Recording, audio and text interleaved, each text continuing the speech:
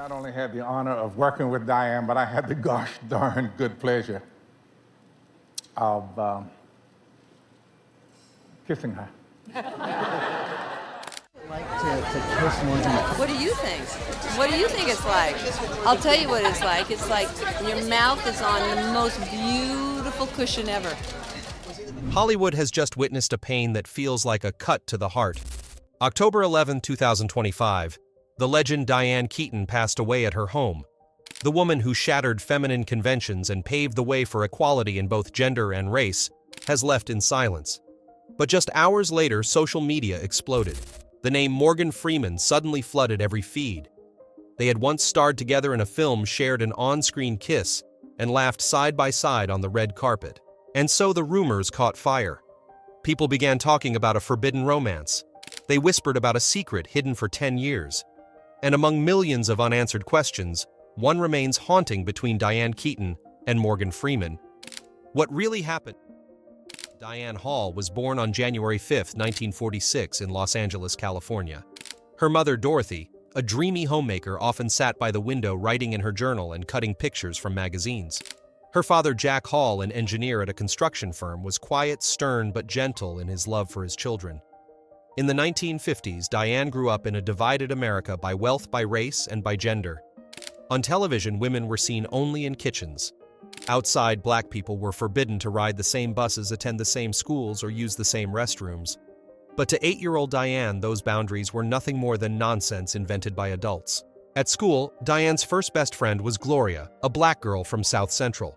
The two were often teased for playing together. Once a boy said to them bluntly, "You can't sit next to each other." Diane stood up and replied, "Why not? She's a person, what are you?" The teacher punished her for being disrespectful. But that day, a little blonde girl learned the meaning of justice, not from a moral lesson, but from her own heart. While other girls played with dolls, Diane stood before the mirror wearing a wide-brimmed hat her mother had given her, mimicking the voices of Audrey Hepburn and Katharine Hepburn, the actresses she adored. Years later, Keaton recalled, "I always felt like I didn't belong to the world around me. I was different and I liked that.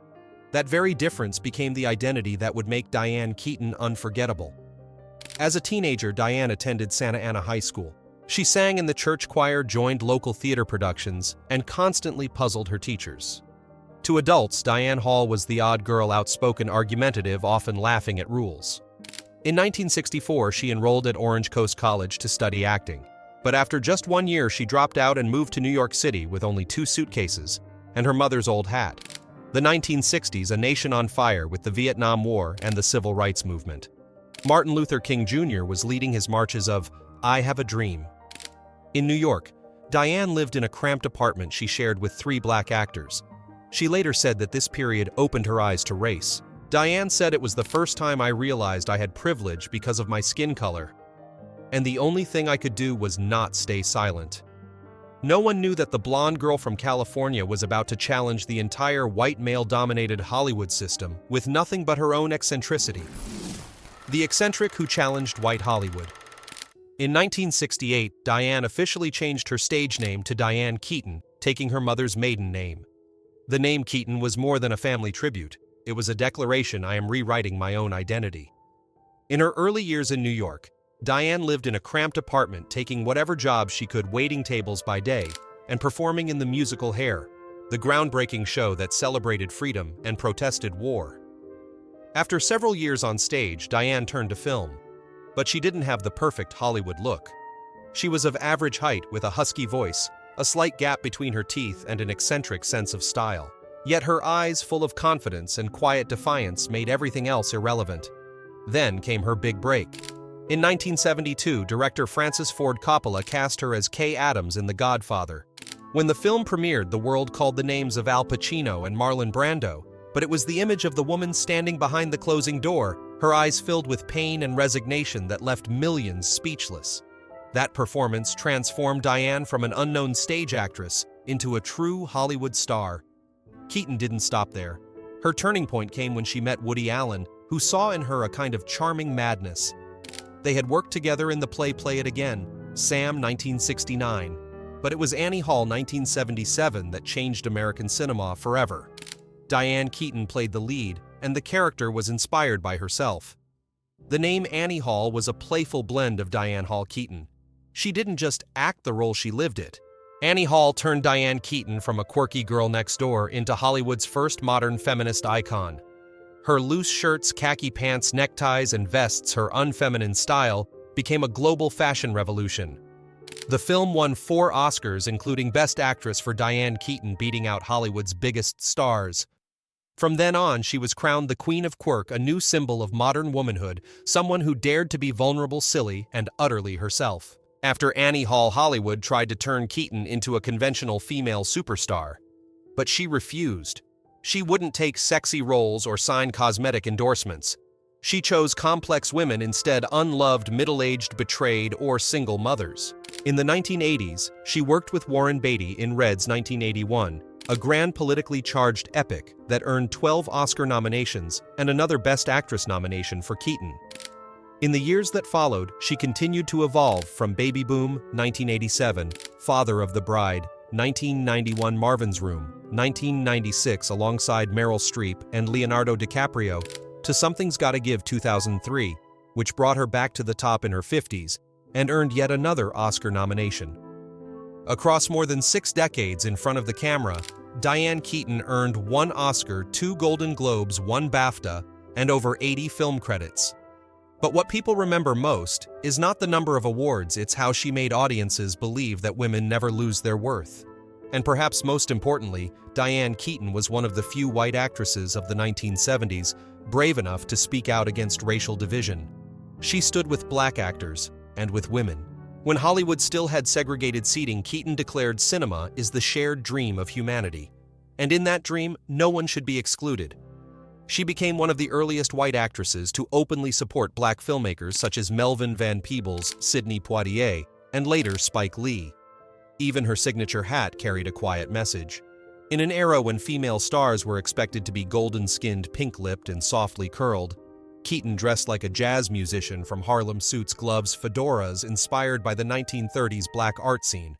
The girl once mocked for having bad teeth, a loud mouth, and no sex appeal, now stood on stage holding an Oscar, a Golden Globe, and a BAFTA, becoming the woman who forced Hollywood to redefine beauty itself.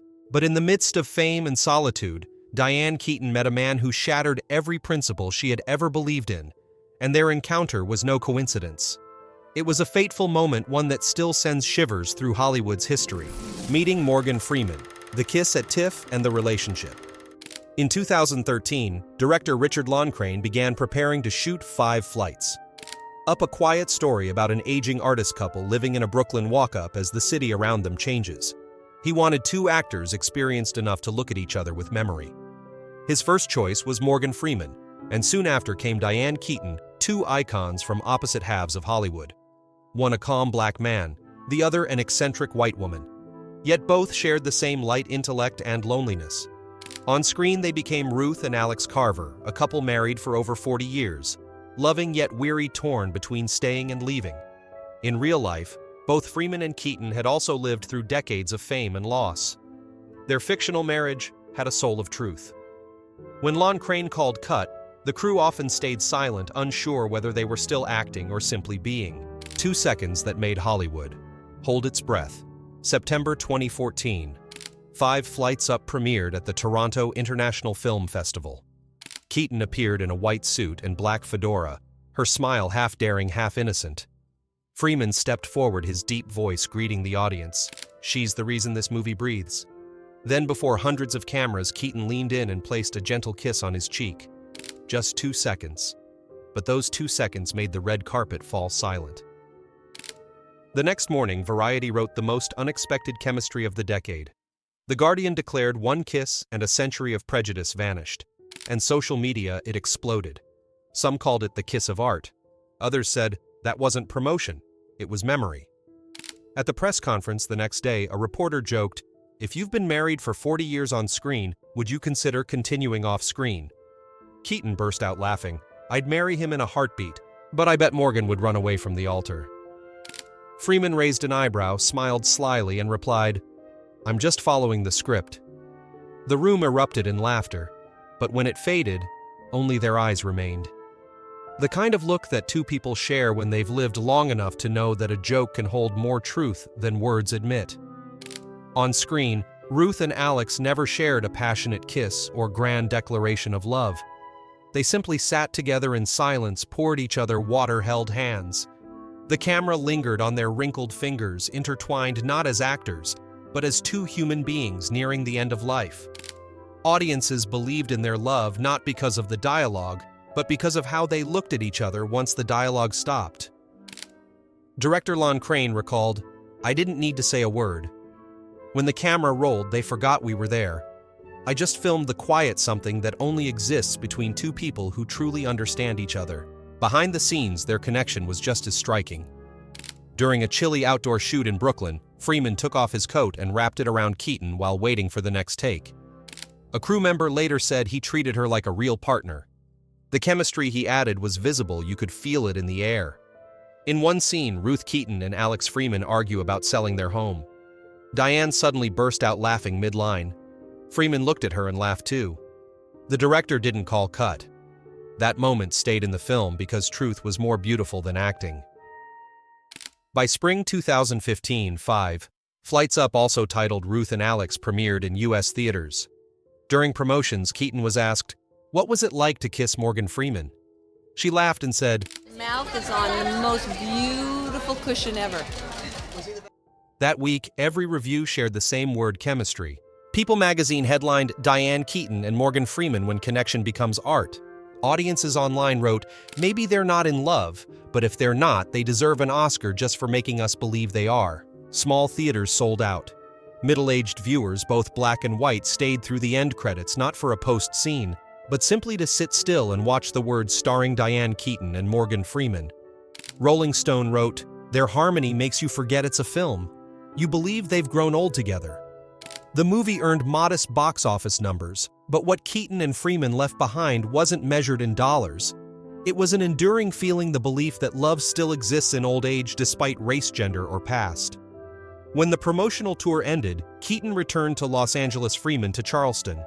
No one knew if they stayed in touch, but whenever asked, both smiled the same way, neither confirming nor denying. They never appeared together again, except at a few charity galas for black artists and homeless children.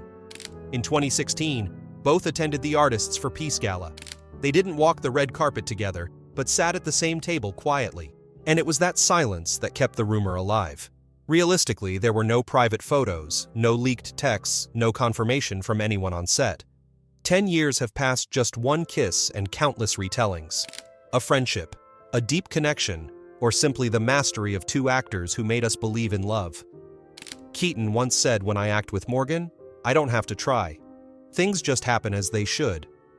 Freeman, in a 2016 talk show, added, "She doesn't act, she exists. And when she's there, you have to be real, or you disappear." Perhaps that's where their bond truly lies.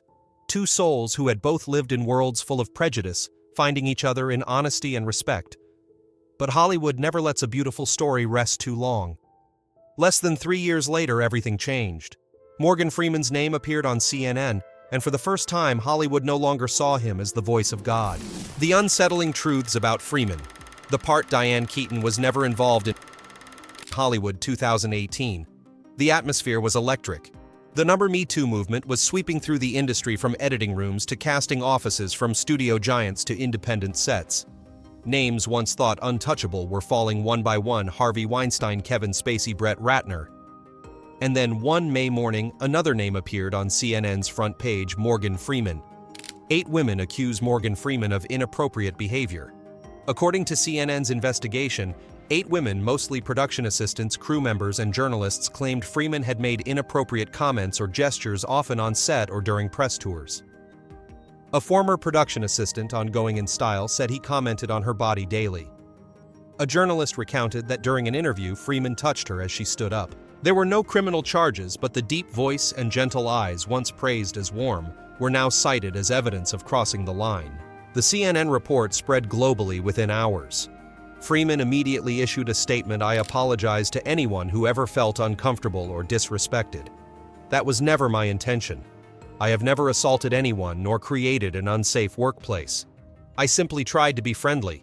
The response divided the public. One side raged, "He's making excuses." The other cautioned, "There's no concrete proof."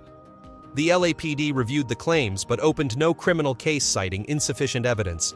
Still, the reputational damage was real. Visa dropped his commercials. SAG-AFTRA temporarily reviewed his honorary membership. Within months, the image of America's wise elder began to crack. But this was not the first time Morgan Freeman's name had been pulled into darkness.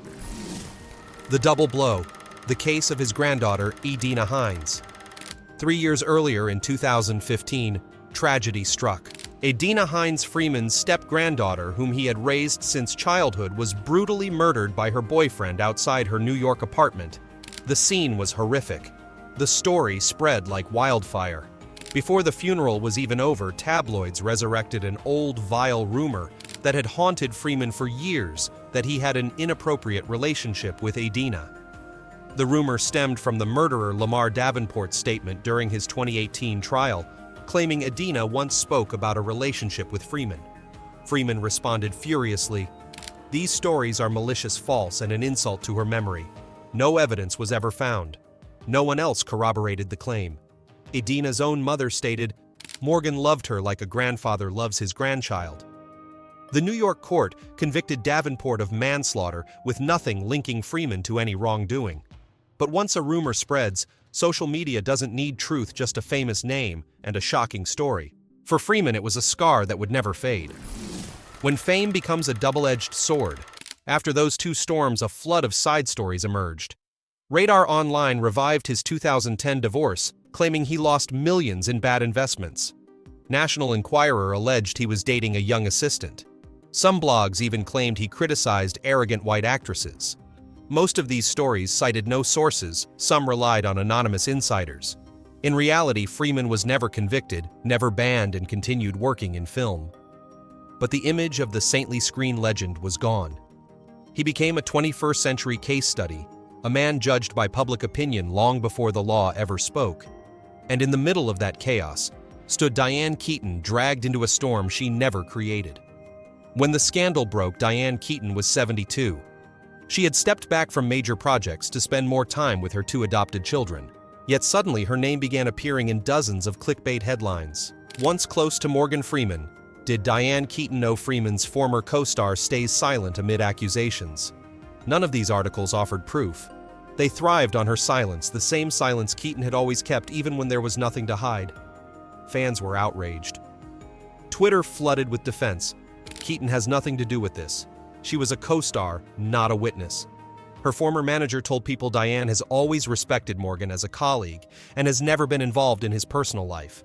And that was the truth. No investigation, no testimony, no emails, no videos. Just a chain reaction of rumors, Hollywood's favorite currency. But through all the noise, one thing remained certain: Diane Keaton had no part in that story. She was not a victim, not a confidant, and certainly not someone who knew but stayed quiet. She was a co-star, and that was all. Throughout her career, Keaton avoided scandals, refusing to attach her name to any media witch hunt. Whatever existed between her and Freeman ended with 5 flights up, with a harmless kiss at TIFF and mutual respect in interviews. Nothing more, nothing less. In a Hollywood drowning in scandals and pretense, the bond between Keaton and Freeman survived precisely because it never needed proof. When the cameras stopped rolling, when the lights went dark, and the director no longer shouted action, Diane Keaton and Morgan Freeman each returned to their real lives, where no role could save anyone from the loneliness that fame so often leaves behind. Marriage and private lives, 2 lonely souls who met too late. Diane Keaton, the woman who never married. Only married freedom, in a world where every actress was asked, "When are you getting married?" Diane Keaton answered in her own way, "Never." From a young age, she feared being confined, and fame only deepened that fear. Few people know that Woody Allen was her first great love. When Keaton met Allen in 1970 during the Broadway play, Play It Again, Sam, she was in her early 20s. They quickly became inseparable, writing, performing, and living side by side. Annie Hall, 1977. The film that earned both of them Oscars was in truth a reflection of their relationship. Woody once called her the most intelligent woman I've ever known. Keaton replied, "Woody made me fall in love with a man's mind, not his muscles." But like most geniuses, Alan belonged to no one. He feared marriage commitment and even happiness itself. When they parted, Keaton said, "He taught me that sometimes the greatest love is the one without an ending." Warren Beatty, Passion, Pride, and Disillusionment. In the early 1980s, Keaton fell for Warren Beatty while filming Reds. Beatty was then Hollywood's golden boy, handsome, magnetic, and famously incapable of sleeping alone. They were a dream couple on screen until she realized she was just another name on his long list. He was too irresistible to be faithful, and I was too clear-headed to stay fooled for long. When Reds won the Oscar, Keaton stood backstage watching Beatty embrace another woman. That moment, she later said, "I knew I had to choose between love and self-respect." Al Pacino, the last and the one she truly loved. On the set of The Godfather, she met Al Pacino. The two shared a private on-and-off relationship that lasted nearly 2 decades. Pacino was the only man who ever made Keaton consider marriage, but he wasn't ready. He told me, "I don't believe in marriage." And I told him, "Then don't call me again." She recalled in Vanity Fair, "I cried for days. But when the tears dried, I felt free." From then on, Keaton never fell in love again. In her 50s, she adopted 2 children, Dexter and Duke, choosing motherhood over marriage. "I don't need a man to feel complete. My children are the only love I never have to share." Both were raised away from the spotlight. She lives in a historic home in Beverly Hills, decorating every corner herself, collecting vintage photographs and old furniture, and spending hours watching silent films. Neighbors say, at night she walks alone in her oversized coat and hat, holding a cup of coffee. That is Diane Keaton, a woman who made solitude her lifestyle, not her fate. While Diane Keaton avoided marriage, Morgan Freeman once believed deeply in it. He married twice, each time a different chapter of devotion and heartbreak. Morgan Freeman, 2 marriages, 2 collapses, 1 solitude. His first wife, Jeanette Adair Bradshaw, 1967-1979, was the woman who stood by him through years of poverty. When Freeman was a struggling stage actor, Jeanette worked as a nurse to support the family. They were the classic old-fashioned couple, no glamour, no scandals, just perseverance and faith that love could feed them all. But when Freeman rose to fame with Street Smart and Driving Miss Daisy fame tilted the balance. He was always on set. She stayed home. The distance came not from fights, but from fatigue when 2 people slowly realized they now belonged to different worlds. After 12 years, they divorced. Freeman later reflected, "When you succeed, people think you gain everything. The truth is, you lose much more." In 1984, he married Myrna Colley Lee, a stage designer, intellectual, private, and grounded. They lived quietly in a wooden home in rural Mississippi, raising cats, collecting art, and staying far from Hollywood. For 25 years, it seemed peaceful until it quietly fell apart. A close friend said Morgan didn't betray her. He just disappeared. One day, she realized the man she loved was no longer there. Freeman never spoke ill of his ex-wife. He only sighed once in an interview, "I don't believe in forever anymore." After the divorce, Freeman moved to his private ranch in Charleston, Mississippi, 120 acres of land, where he lives in near seclusion. He plants trees, raises bees, reads scripts, and listens to jazz. When asked why he chose such isolation, he smiled, "I need something quiet, honest, and free of judgment." Since then, he has never remarried, never gone public with a partner, only friends, books, and cinema. 2 lives, 1 solitude. 1 woman who never married. 1 man who married twice, then stopped believing in it. Different colors, generations, and worlds. But when they met on the set of 5 Flights Up, they shared the same understanding: the cost of fame and the quiet loneliness behind the flash of cameras. By then, Keaton was 68, Freeman 77. No illusions left, no need to conquer. Only a strange peace, the kind that comes when you've gone too far and no longer need to run. The artist who never bowed her head. Diane Keaton was never just an actress. She was a director, producer, photographer, and architectural preservationist. She collected more than 50,000 vintage photographs of Los Angeles, preserving the city's historic soul before its old buildings vanished. She wrote books about memory, love, and the fear of aging. While Hollywood chased noise and vanity, Keaton chose silence and authenticity. While others turned to cosmetic surgery, she embraced her natural silver hair. When asked why she never married, she smiled, "I have children, memories, movies, and freedom. What more could I need?" Throughout her life, Keaton stood beside extraordinary men: Woody Allen, Warren Beatty, Al Pacino, and finally Morgan Freeman. But she never leaned on any of them to feel whole. "I've loved men," she once said, "but what I truly loved were the stories they carried with them." Perhaps that's why, when she and Freeman met, there was no need to label what they shared. It was enough to simply be. And maybe that's the one thing Hollywood can't fabricate. Behind the spotlight, Diane Keaton was far more than an actress. She was quite literally a creator in every sense of the word. Few people realize that outside of her celebrated film career, Keaton was also a brilliant real estate investor and one of Hollywood's most successful women in architecture and design. The $100 million legacy of Diane Keaton. According to Celebrity Net Worth, Diane Keaton amassed an estimated $100 million fortune, much of it from real estate investments and film royalties. Unlike many stars who spent lavishly, Keaton turned houses into heritage.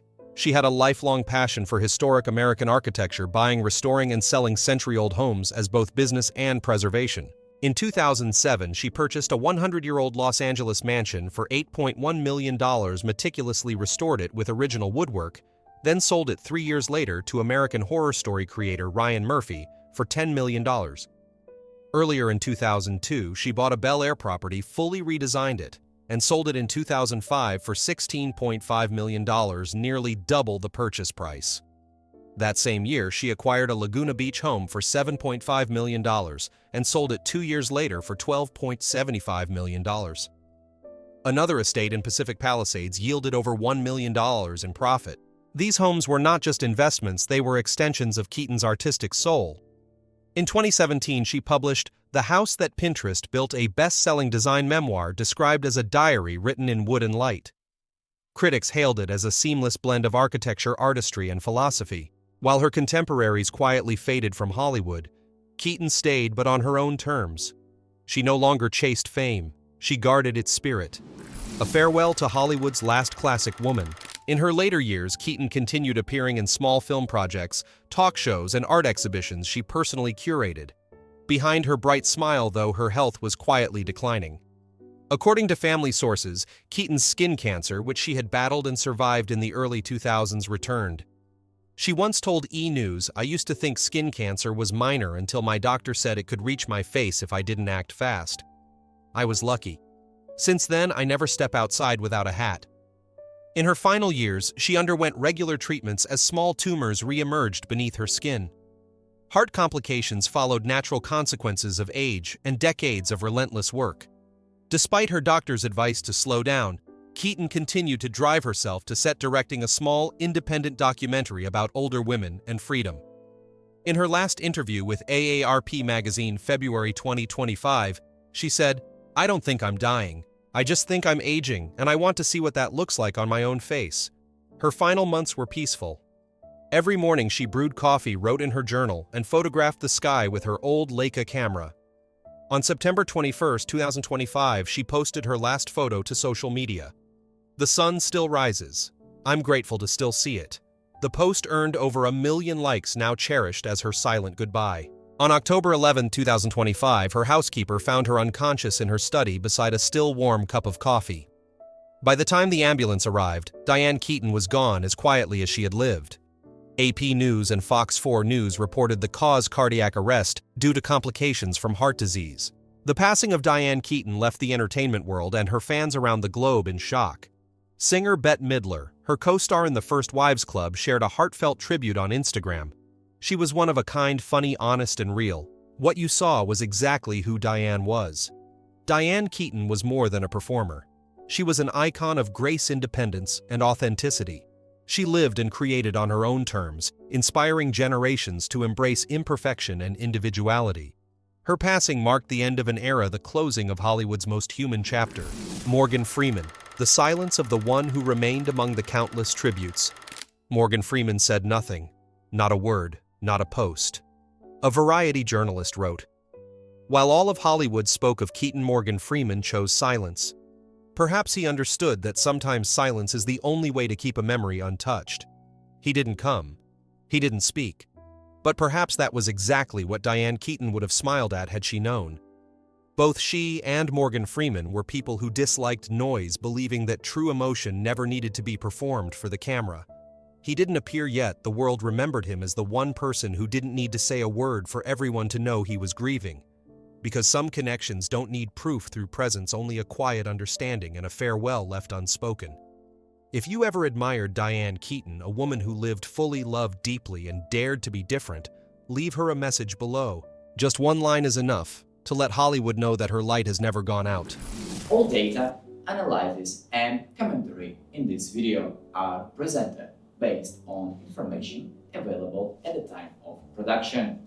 The content is subject to change over time and should not be considered a definitive forecast. There is still so much more to explore: stories of resilience, legacy, and truth. Feel free to dive into some of our top recommended videos now appearing on your screen.